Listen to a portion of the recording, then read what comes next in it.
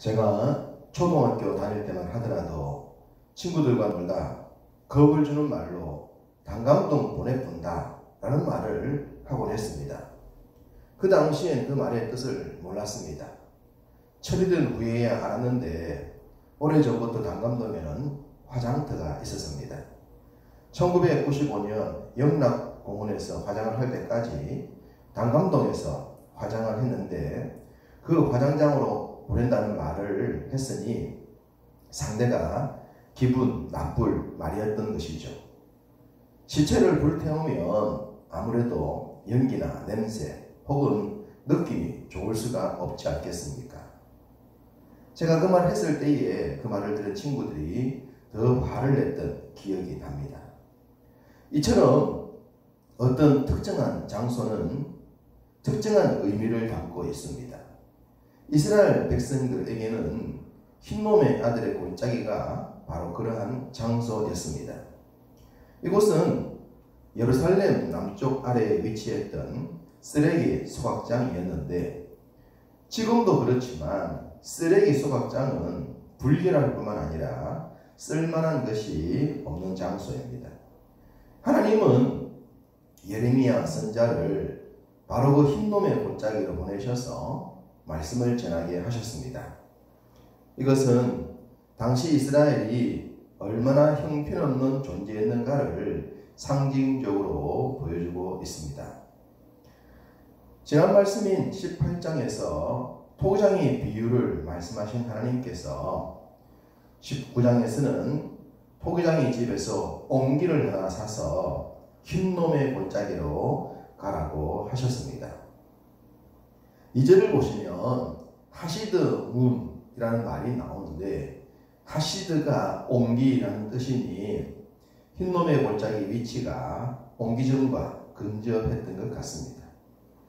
먼저 하나님께서 선지자에게 쓰레기 소각장인 흰놈의 아들 골짜기에서 말씀을 전하라고 한 것은 거룩하게 선택받고 구별된 백성들이 현재에 쓸모없이 버려지는 쓰레기와 같은 존재가 되었다는 것을 상징하고 있습니다. 5절에 바알을 위해 산당을 만들고 자녀들을 불살라서 제물로 드리는 행위는 쓰레기 소각장에서 쓰레기를 태우는 것과 같은 일이라고 말씀하고 있는 겁니다. 그러기 때문에 현재 남유다는 바벨론에 의해 쓰레기 소각장에서 소각되듯 쓸모없는 존재처럼 취급을 당하게 될 것이라는 것을 예언하고 있는 것입니다. 6절에 도벳이나 흰놈의 아들 골짜기로 부르지 않을 것이다 라는 말씀이 있습니다. 도벳은 불의 장소, 불이 타오르는 곳이란 뜻인데 암몬 사람들이 섬겼던 몰렉신에게 사람을 제물로 불살라 바쳤던 장소였습니다. 이스라엘 백성들도 이 신을 섬기면서 자녀를 제물로 불살랐기 때문에 도벳과 흰놈의 아들 골짜기는 동일한 장소가 되었던 것이죠. 가증하고 혐오스러운 장소로 말입니다. 이렇게 보면 도벳과 흰놈의 아들의 골짜기보다 더 가증한 장소, 더 저주스러운 장소는 없었을 것이다 라고 생각할 수 있지 않겠습니까? 그런데 지금 이곳보다 더 잔인한 장소가 될 것이라 합니다. 도벳이나 흰놈의 아들 골짜기로 부르지 않겠다. 그 의미입니다. 그 의미를 생각하시면서 다시 6절을 보시면 그러므로 보라 다시는 이곳을 도벳이나 흰놈의 아들의 골짜기라 부르지 아니하고 오직 죽음의 골짜기라 부르는 날이 이를 것이라 여호와의 말이니라. 도벳이나 흰놈의 아들의 골짜기라고 해도 몸소리가 처질 정도로 잔인한데 앞으로는 그것과 비교할 수 없을 더 잔인한 장소로 불려진다는 것입니다. 당시 암몬이나 이스라엘 백성들이 자신들이 원하는 제사를 위해서 몇몇의 자녀들을 불살라드렸던 그 장소, 참 잔인한 장소이지 않습니까? 그러나 제사로 드리는 몇몇의 죽음이 아니라 아예 셀 수 없는 사람들이 죽어 버려지는 시체, 그 죽음의 골짜기라는 장소로 불릴 것이란 예입니다. 무슨 말씀일까요? 사람이 지켜야 할 믿음의 본질, 공의, 도덕, 선, 진리, 이와 같은 것들을 외면했던 이스라엘이 심판의 도구로 오는 바벨론에 의해 처참하게 도륙을 당하여 수많은 사람들이 죽어나갈 것이라는 것입니다. 그리고 그 시체들이 이곳에 버려질 것이라는 것이죠. 도벳이나 흰놈의 골짜기가 아니더라도 온 이스라엘에 죽은 시신들이 눌려질 것이지만 특별히 가장 더럽고 추하고 가증한 이 장소에 더 많은 시신이 늘려짐으로 이제는 죽음의 골짜기가 불려질 것이다 라고 하고 있으니 장차 이스라엘이 당한 고난의 세월, 고통의 세월이 얼마나 잔인한 것인지 우리로 하여금 상상 이상의 생각을 하게 만듭니다. 그러시면서 하나님은 7절에 내가 이곳에서 유다와 예루살렘의 계획을 무너뜨릴 것이다 말씀하십니다.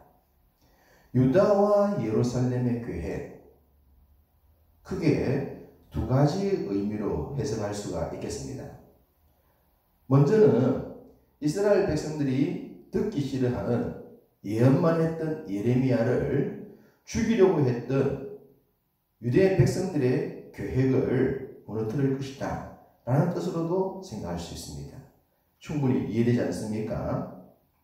아직 망하지 않은 나라를 망한다 그러고 축복의 예언이 아니라 저주의 예언을 하고 있는 예레미야가 좋을 리가 없었고, 그래서 어떻게 하든지 간에 할 수만 있다면 예레미야를 죽이려는 생각들을 가졌던 그들의 계획이다. 그것을 하나님이 무너뜨려서 당신의 종 절대로 손댈 수 없다 라는 말씀으로도 해석할 수 있습니다.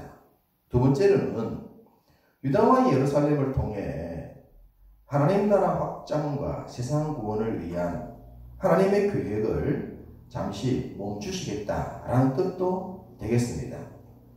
하나님은 세상 민족 중에 작은 나라 이스라엘을 선택하셨죠. 부족한 것이 많았고 모자란 것이 많았지만 하나님은 그들을 붙드시고 세상을 구원하시려 하셨고 이 땅에 하나님 나라를 세우려고 하셨습니다. 그런데 지금의 모습을 가진 유대를 통해서 어떻게 그 뜻을 이룰 수 있겠습니까? 그래서 그 뜻을 멈추시겠다, 무너뜨리겠다 라고 해석할 수가 있습니다.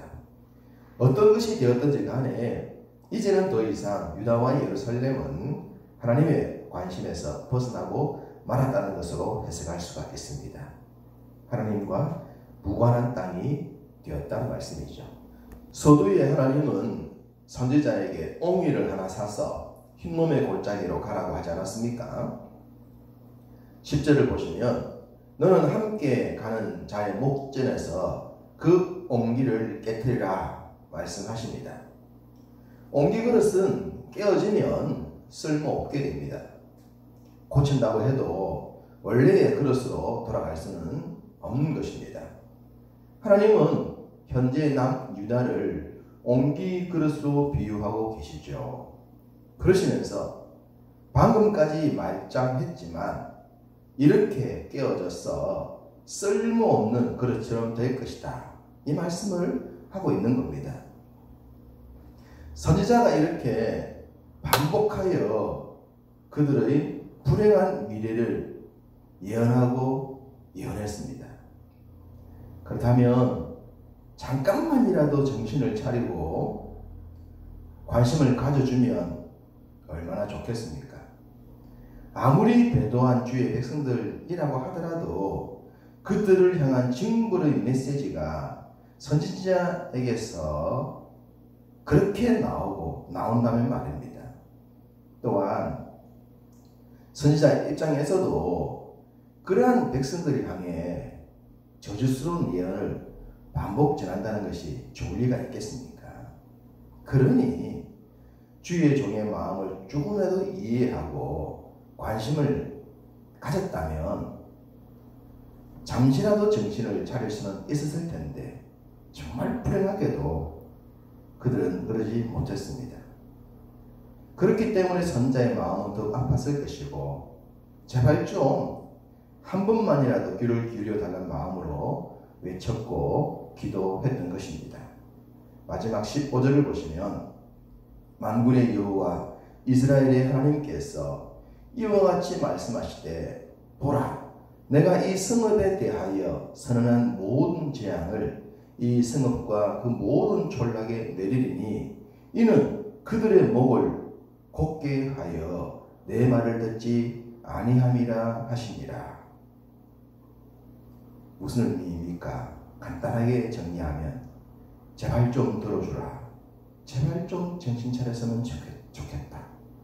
제발 저 잔인한 백성들의 노략거리가 되지 말아라. 그 내용이지 않습니까?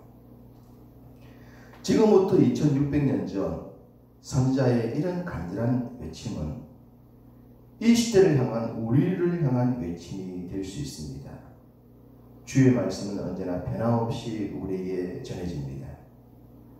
우리가 이 말씀에 관심을 갖고 귀를 기울여 말씀대로 돌아설 수 있다면 감사하겠지만 자기 속인에 옳은 대로 살아가면서 세상 것을 추구하다 말씀과 무한하게 산다면 결국 이스라엘 백성들이 당한 모습과 다를 리가 없지 않겠습니까? 오늘도 이 말씀 가슴에 새기면서 주의 말씀에 귀 쫑긋하여 특별히 작금의 현실에 깨어 경성하면서 말씀에 더욱 가까이 나가며 말씀에 적합한 자로 살아가시기를 주님의 이름으로 축복합니다.